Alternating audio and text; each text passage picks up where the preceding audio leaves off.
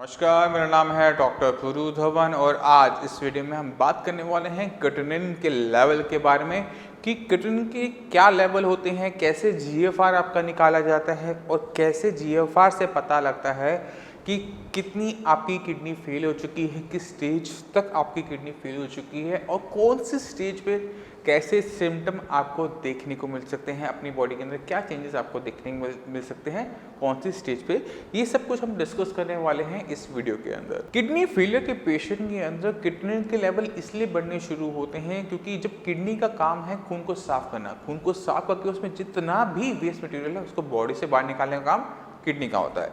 मगर जब किडनी को नुकसान होता है बीपी की वजह से, शुगर की वजह से, आइजोनेफ्रीपैथी की वजह से या फिर पॉलीसिस्टिक किडनी की वजह से, किसी भी रीजन से रहा हो, तो क्या होता है कि किडनी सही तरीके से फिल्टर नहीं कर पा रही होती और जब सही तरीके से फिल्टर नहीं कर पा रही होती तो बॉडी के अंदर टॉक्सिक मटेरियल, वेस्ट मटेरियल इकट्ठा होना शुरू होता है। क्योंकि क्रिएटिनिन को मेज़र करना बहुत आसान होता है लैब के अंदर, इसलिए क्रिएटिनिन को मेज़र किया जाता है और ये बढ़ते लेवल क्रिएटिनिन के हमें बताते हैं कि किडनी कितना अच्छा काम कर रही है। यानी अगर आपकी बॉडी के अंदर वेस्ट मटेरियल इकट्ठा हो रहा है, इसका मतलब ये है कि किडनी ढंग से काम नहीं कर रही।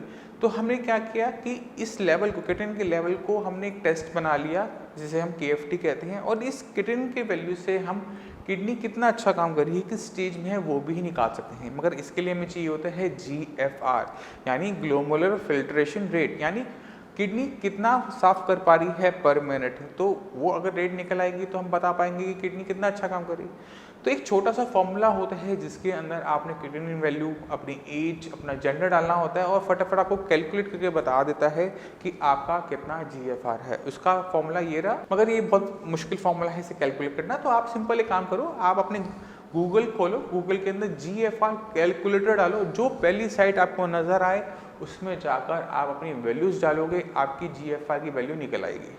अब GFR अक्सर आपकी रिपोर्ट में भी GFR छपकर आता है कि आपका GFR 15 है, GFR आपका 40 है, GFR आपका 5 है। तो पेशेंट अक्सर डरता है, अक्सर पेशेंट को बताया जाता है कि आपका GFR घट रहा है, आपको डायलिसिस की ज़रूरत है। तो अब हम आपको बताते हैं कि इसे GFR कैसे आपकी किडनी की स्टेज बताता है। अगर GFR 90 या 90 से प्लस आ रहा है आपका, इसका मतलब ये है कि आपको किडनी की दिक्कत नहीं है।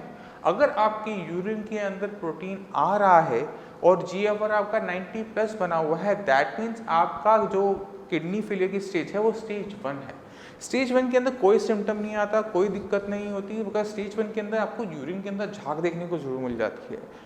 अगर पेशेंट इस स्टेज 1 पर अपनी किडनी पर ध्यान नहीं देता तो दिक्कत आगे ग्रो कर जाती है। अब स्टेज 2 में क्या होता है, स्टेज 2 में आपका GFR थोड़ा सा घटना शुरू होता है। GFR आपका घटेगा, GFR आपका घट के 60 और 90 के बीच में आता है। तो अगर आपकी वैल्यूज़ अगर आपने कैलकुलेट कर ली हो और 60 और 90 के बीच में आ रही हो और आपकी यूरिन में प्रोटीन आ रहा हो, दैट मीन्स आपकी किडनी फेल हो रही है। और इस स्टेज के अंदर भी किडनी फेलियर के पेशेंट के अंदर कोई भी सिम्टम नहीं आता सिवाय यूरिन में फ्रॉथ के, यानी झाग के। तो जब आप यूरिन करेंगे, अगर आपकी यूरिन के अंदर झाग बन रही है तो दैट मीन्स आपकी किडनी को नुकसान हो रहा है। इससे ज़्यादा फीचर्स प्रैक्टिकली हमें देखने को नहीं मिलता। साइंस संजीवनी में इतने पेशेंट आते हैं किडनी फेलियर के, कभी कर क्या होता है कि पेशेंट अपने नॉर्मल टेस्ट करवा रहा होता है कि डॉक्टर ने बोला कि आप सारे रूटीन टेस्ट करवा लो, तो उसमें KFT हो जाता है। तो KFT की रिपोर्ट मान लो, सपोज करो क्रिएटिनिन आ रहा है 1.5, 1.6, 1.7, तो भी अगर लेवल बढ़े हुए हैं और झाग आ रही है तो ये स्टेज 2 का केस हो गया।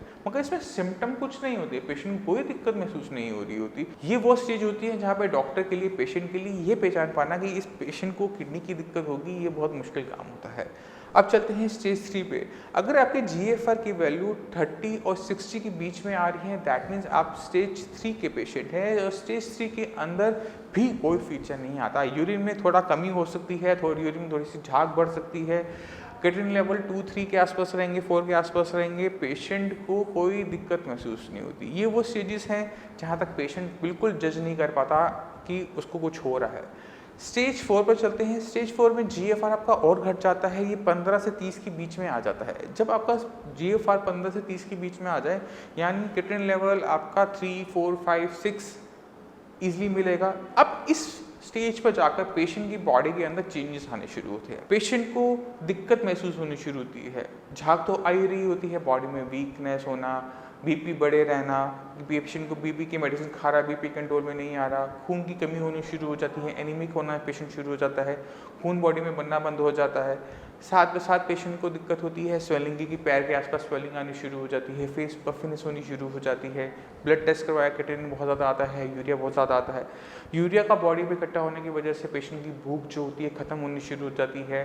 पेशेंट को नौजिया, वॉमिटिंग, हेडेक, नींद ज़्यादा आना, नींद कम आना, पैल्पेशंस होना, ये होना शुरू हो जाता है। इसके साथ साथ पोटेशियम जब बढ़ता है तो पोटेशियम अगर बढ़ रहा है बॉडी के अंदर तो पोटेशियम के सिम्टम आने शुरू हो जाते हैं कि पैल्पेशंस होना, घबराहट होना, थकावट बने रहना। तो ये तब होता है जब बॉडी के अंदर आपके टॉक्सिक मटेरियल इकट्ठा होना शुरू होता है। और मैक्सिमम पेशेंट को अपनी किडनी फेलियर के बारे में खुद ब खुद इसी स्टेज पे जाके पता लगता है, इसलिए इस बीमारी को टाइम से पकड़ पाना बहुत ज़्यादा मुश्किल होता है। अगर आपने सिम्टम्स को ध्यान से सुना हो तो आप समझ गए होंगे ये सिम्टम वो होते हैं जो अक्सर हमें देखने को मिल जाते हैं कि थकावट हो गई, काम ज़्यादा कर लिया होगा इसलिए थकावट हो गई, वॉमिटिंग आ रही है, ठीक है कुछ गलत खा लिया होगा इसलिए वॉमिटिंग आ रही है, पेशेंट का बीपी बढ़ा है, और बीपी तो सभी का बढ़ा होता है। तो ये वो सिम्टम्स होते हैं जो से पेशेंट अक्सर निगलेक्ट कर जाता है, पता नहीं लगता। इसीलिए किडनी फेलियर जैसी दिक्कत को उस टाइम पे डायग्नोस करना बहुत मुश्किल होता है। अब चलते हैं स्टेज 5 पे। स्टेज 5 पे ये जो GFR है ये और कम हो जाता है, ये 15 से 0 के बीच में आ जाता है। इसका मतलब ये है कि किडनी बिल्कुल भी काम नहीं कर रही, किडनी की फंक्शनिंग डाउन हो गई है। मगर अगर आपका GFR 0 to 15 के बीच में भी आ रहा है तो आपकी यूरिन की फॉर्मेशन हो रही होती है, किडनी यूरिन तो बना रही होती है, वाटर तो निकाल रही होती है, बट वो सही तरीके से क्रिएटिनिन को, यूरिया को फिल्टर नहीं कर पा रही होती। तो ऐसी कंडीशन के अंदर जहाँ पर आपके GFR तेजी से घट रहा हो, क्रिएटिनिन बढ़ रहा हो, पेशेंट को बहुत ज़्यादा ध्यान देने की ज़रूरत होती है अपनी बीमारी की, बीमारी है क्या।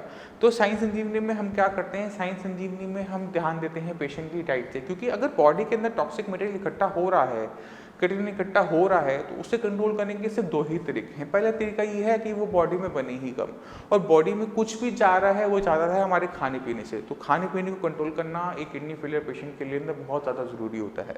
यहाँ तक कि हम साइंस संजीवनी में मानते हैं कि 50% पार्ट होता है किडनी फेलियर का ट्रीटमेंट का। अगर पेशेंट समझ लेता है उसने क्या खाना है, क्या पीना है, कैसे खाना है, कैसे पीना है, तो पेशेंट अपने लेवल्स को बहुत अच्छा कंट्रोल कर लेता है। इसके बाद जो होता है कि अब बॉडी में से बाहर भी निकालना है तो हमें काम करना पड़ता है किडनी, क्योंकि किडनी पे ही एक ऐसा ऑर्गन है जो इसे फिल्टर कर सकती है। एक वही ऐसी डायलिसिस की मशीन है जो भगवान ने हमारे अंदर बना रखी है, उसी के पास ऐसी क्षमता है। मगर हम क्या करते हैं, जब किसी किडनी फेलियर का ट्रीटमेंट होना शुरू होता है तो कहीं ना कहीं हम किडनी को ही भूल जाते हैं। आप किसी भी किडनी फेलियर के पेशेंट का प्रिस्क्रिप्शन देख लो, उसमें आपको कोलेस्ट्रॉल की मेडिसिन, बीपी की मेडिसिन, शुगर की मेडिसिन, कैल्शियम, विटामिन डी मिल जाएगा, डायबिटिक्स मिल जाएंगे, मगर कोई भी ऐसी मेडिसिन नहीं मिलती है जो किडनी पे काम करती हो, किडनी की फंक्शनिंग को काम करती हो, किडनी को फर्दर फेल ना होने दे। ये इसलिए हो रहा होता है क्योंकि एलोपैथिक मेडिसिन में ऐसी मेडिसिन नहीं बनाई गई। मगर आयुर्वेद क्या कहता है, आयुर्वेद ये कहता है कि पेशेंट को डाइट से, पेशेंट को सही तरीके से अगर हम ध्यान रखा जाता है और निदान परिवर्जन यानी कारण को हटा दिया जाता है, कॉज को हटा दिया जाता है, तो किडनी आगे और फेल नहीं हो पाती। तो साइंस संजीवनी ने एक ट्रीटमेंट बनाया है किडनी फेलियर पेशेंट्स के लिए, जिसे हम कहते हैं किडनी फंक्शन रिस्टोरेशन ट्रीटमेंट, यानी किडनी को रिस्टोर करने वाला ट्रीटमेंट। इसके अंदर हमें क्या काम करना होता है, हमें काम करना होता है पहले, सबसे पहले कारण पे कि किडनी क्यों फेल हो रही, किस वजह से फेल हो रही है। अगर आप किडनी के कारण को कंट्रोल में कर लेते हो तो आप ये कह सकते हो कि जो डैमेज हो गया, जो लेवल है 3 है 4 है क्रिएटिनिन का वो आगे नहीं बढ़ेगा। मगर उसके लिए हमें क्या काम करना पड़ता है, बीपी शुगर को कंट्रोल में लेकर आना, क्योंकि 80% केसेस में किडनी फेलियर के यही 2 मुख्य कारण होते हैं, इन्हीं की वजह से किडनी फेलियर होती है। अगर ये कंट्रोल में आ गए तो किडनी की दिक्कत आगे नहीं बढ़ती। उसके बाद क्या, किडनी की खासियत होती है अपने फंक्शन को बढ़ा लेने की। इसको समझना है, इस तरह से समझो कि जब किसी पेशेंट की किडनी खराब होती है, ट्रांसप्लांट करवाता है, तो एक किडनी निकाल के दूसरी पेशेंट में डाल दी जाती है। अब दोनों ही पेशेंट के पास सिंगल किडनी होती है और पेशेंट की फंक्शनिंग ठीक चल रही होती है। जिसने अपनी किडनी दी वो भी सिंगल किडनी होता है, तो वो सिंगल किडनी पेशेंट की किडनी अपने फंक्शन को बूस्ट कर पूरी बॉडी को संभाल लेती है। यही खूबी हम यूज़ करते हैं हर किडनी फेलियर पेशेंट के अंदर लेवल्स को कंट्रोल करने में, कि अगर आपकी किडनी 30% 40% काम कर रही है, उसको अगर हम सही तरीके से ध्यान रखते हैं, उसको सही तरीके से खाना देते हैं, सही तरीके से उसको मेडिसिन देते हैं, तो क्या होता है, ये जो 30-40% किडनी है ये 60 to 70% तक काम करना शुरू करती है, अपनी क्षमता से डबल काम करना शुरू करती है। और जब वो ज़्यादा काम करेगी तो ज़्यादा अच्छी तरीके से क्रिएटिनिन को कंट्रोल करेगी, यूरिया को कंट्रोल करेगी, पोटेशियम को कंट्रोल करेगी। तो यही क्षमता को यूज़ किया जाता है KFRT ट्रीटमेंट के अंदर, साई संजीवनी के अंदर। तो इससे ना सिर्फ आपका क्रिएटिनिन लेवल डाउन होगा, GFR बढ़ेगा, आपको डायलिसिस की जरूरत नहीं पड़ती, आपको ट्रांसप्लांट की जरूरत नहीं पड़ती। तो अगर किडनी फेलियर का पेशेंट चाहता है अपनी किडनी की दिक्कत को रिजॉल्व करना, उसको ठीक करना, तो पेशेंट के पास अपनी किडनी फेलियर से रिलेटेड सारी इन्फॉर्मेशन होनी चाहिए कि किडनी क्यों खराब हो रही है, किस वजह से खराब हो रही है, क्यों किडनी का साइज छोटा होता जा रहा है, कौन सी मेडिसिन मैं खा रहा हूँ, कौन सी मेडिसिन मेरी बॉडी में जाकर कैसे काम करेगी, कौन सी एक्सरसाइज मुझे करनी चाहिए। ये सारी की सारी इन्फॉर्मेशन किडनी फेलियर के पेशेंट के पास होनी चाहिए, तब जाके पेशेंट अपनी कंडीशन को बहुत अच्छी तरीके से कंट्रोल कर पाता है। मैं उम्मीद करता हूँ इस वीडियो से आप काफ़ी कुछ समझ गए होंगे क्रिएटिनिन के बारे में, GFR के बारे में, किडनी फेलियर के स्टेजेस के बारे में। फिर भी आपके माइंड में कोई भी डाउट हो, कुछ भी पूछना चाहते हो, तो साई संजीवनी के डॉक्टर से आप फ्री ऑफ कॉस्ट कंसल्टेशन ले सकते हो। आप नीचे दी हुए नंबर पर कॉल करके उनसे पूछो कि डाइट क्या खानी है, कैसे रहना है, कैसे KFRT ट्रीटमेंट आपकी हेल्प कर सकता है।